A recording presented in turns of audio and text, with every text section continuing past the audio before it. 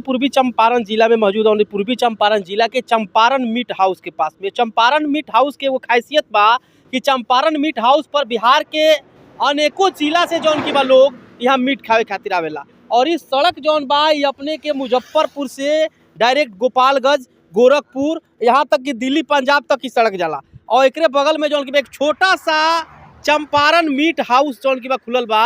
और यहाँ पर अइला के बाद कुछ ऐसा लागल है कि पश्चिमी चंपारण जिला बेतिया से चल के कुछ भाई लोग यहाँ पर मीट खाए आइल बा। आखिर ये मीट में का स्वाद बा, ये मीट में का मजा बा कि पश्चिमी चंपारण जिला से लोग जौन की बा लगभग 50, 60, 70 किलोमीटर दूरी तय करके यहाँ पर खाए खातिर चला होता लोग। तो सबसे पहले बात कर जाओ तनी यहाँ युवा लोग बा कैसा लागत था चंपारण मीट हाउस के जौन चिकन बा मटन बा खाए खातिर आप लोग पश्चिमी चंपारण से आ गई तनी एकरा विषय में कुछ बतावल जाओ। जी बहुत बढ़िया बा, बनत बहुत बढ़िया बा, जगह सुनले रहनी होंगे बा।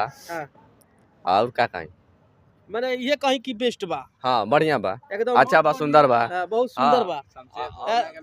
बहुत लोग जौन की यहाँ पर मौजूद बा। बहुत बढ़िया चंपारण फिल्म के बनाओ रहा चेक को सब फेल बा, चारों ओर के मीट वाला फेल बा। हाँ सब मस्त मियाँ मिलता उन्हीं मस्त मस्त मिलता। हाँ, मस्त यही से जौन की पश्चिमी चंपारण जिला के लोग यहाँ तक चला होता। जब पश्चिमी से छोड़ के पूर्वी में आयल बन पश्चिमी के छोड़ के पूर्वी महल बनी अपने बेतिया से बेतिया कर ITI चौक पर। अच्छा बेतिया से एक और नरकटियागंज से हम आए। नरकटियागंज से खाली चंपारण मीट हाउस के लिए मीट खाने के लिए हम कहाँ बहुत नाम सुने हैं, यूट्यूब में बहुत देखे हैं। हाँ इसीलिए आज हम लोग पर्सनली आए थे यहाँ पे मीट खाने के लिए।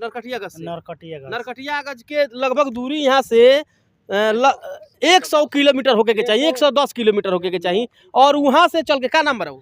दिनेश शर्मा जी बहुत दूर से नरकटियागंज में प्रकार के खाली यूट्यूब पर देख के हम लोग आए हैं खाने के लिए। मतलब का लागल विश्वास भइल यूट्यूब पर फेक वीडियो ढेर चलता। हम लोग सुने थे ना वैसे ही पाए हम लोग। जैसे सुनले नहीं वैसा नहीं पाओ। जी फेक वीडियो ना नहीं फेक वीडियो ना। तो ये रहल तमाम जौन की बा भोजन करे आवे वाला लोग जौन कुछ लोग पश्चिमी चंपारण जिला से बा, कुछ लोग नरकटियागंज से बा, कुछ लोग बगहा वाल्मीकि नगर से भी यहाँ जौन की बा मौजूद हो जाला।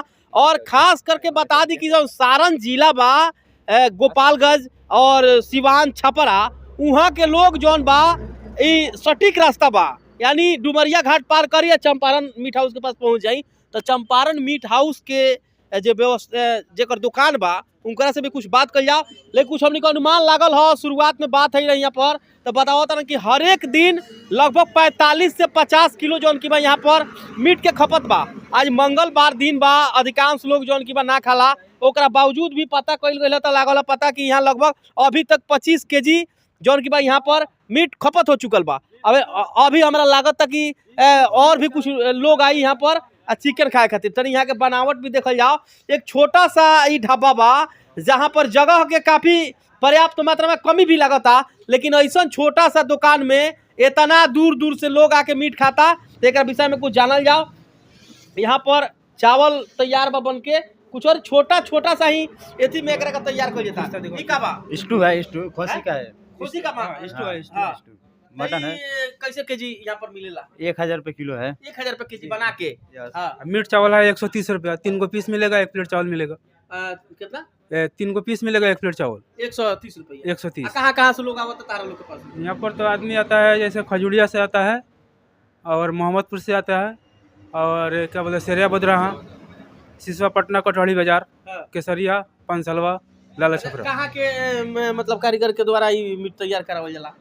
मीट हम तो कारीगर है सेमुआपुर का है। अच्छा जी। कहाँ से सीखले बड़ा बनावल? ये काम हम सीखे हैं हम गोपालगंज से। कितना डेली के बिक्री बा, कितना आमदनी बा? डेली के बिक्री खोसी का है 28 किलो। अच्छा। और मुर्गा का है 15 किलो 14 किलो के। इतना लोग पहुँच जाला जी खाए खातिर? जी। आज मंगलवार के दिन का लागेला दुकान के बिक्री कैसे? मंगलवार का है यहाँ पर, मंगलवार के 18 किलो बेचता है, 16 किलो तक बेचता है। 18-16 बिक्री हो जाता है। बिक्री हो जाता है जी। वाह क्या बात है। तो आमदनी कितना हो, कितना स्टाफ लोग यहाँ कटता? स्टाफ में हम लोग है 5 आदमी। 5 आदमी जी। एक छोटा सा दुकान बना के 5 लोग जौन की में कमाता डेली। अभी मंगलवार बात यहाँ पर जौन की 18, 16, 22, 24 kg तक यहाँ जौन की मीट के बिक्री बा। अभी कुछ दोसर दोसर जिला से भी आज मंगलवार के दिने भी लोग यहाँ मौजूद रहलक ह और यहाँ पर जो में छोटा छोटा बर्तन में मीट बनावल जाला ताकि और भी ओकर स्वाद बढ़े। और जौन भी लोग यहाँ से खा के जाए ये चंपारण मीट हाउस के नाम लेते जाए। ऐसा ना कि यहाँ आई दूर से और यहाँ अला के बाद जौन यूट्यूब पर देखनी फेलियर चले, वैसा कोनो बात नहीं के। यहाँ पर अपने सबे भी अगर बिहार के कोनो जिला से आवतनी तो एक बार बिहार के पूर्वी चंपारण जिला हो, डुमरिया घाट से लगभग 5 किलोमीटर बड़हड़वा में जौन कि भाई चंपारण मीट हाउस बनल बा। और यहाँ पर जैसे वीडियो के तस्वीर के माध्यम से लोग देखनी है कि युवा लोग बतावता कि हम नरकटिया का सैल बनी, कुछ लोग बतावता कि बेतिया सैल बनी, कुछ लोग बतावता कि सारण सैल बनी। तो यहाँ पर लोग के जौन कि बा डेली के डेली रात लागल रहता खाए वाला लोग के। तो यहाँ पर जे मालिक बानी दुकान के उनकरा से भी बात कल जाई कि कौना प्रकार से यहाँ मीट बनावल जाला। कब से शुरुआत कैनी अपने का यहाँ मीट के जौन की अपने के लॉकडाउन भल तब से। लॉकडाउन में माने ओकरा पहले सीखले रहनी मीट बनावे के की जी, माने पहले ओकरा पहले ई सब जी जी सीखले रहनी। हां तो लॉकडाउन लागल तो अपने चंपारण के नाम से खोल दे जी। हां तो कैसन चलेला चंपारण वाला ई ढाबा? जी बहुत बढ़िया, बहुत बढ़िया, जितना ना सोचे लोगों से ज्यादा चलेला। बहुत बेस्ट जी चलेला। जी बहुत कहां मतलब लोग तो बतावत है कि बहुत दूर दूर के लोग आवेला यहाँ पर। जी बहुत दूर के अपने जहाँ पास। तक बतावल जाला कि महंगाई के हिसाब से माने अपने के चिकन के दर या मटन के दर कम बा कि ज्यादा बा? मटन ज्यादा बा। हाँ जी मटन सेल के बहुत ज्यादा बाटे। हाँ। और चिकन भी बाटे 20 किलो 15 किलो डेली। जी जी माने डेली के आमदनी अपने समय के कितना पावे?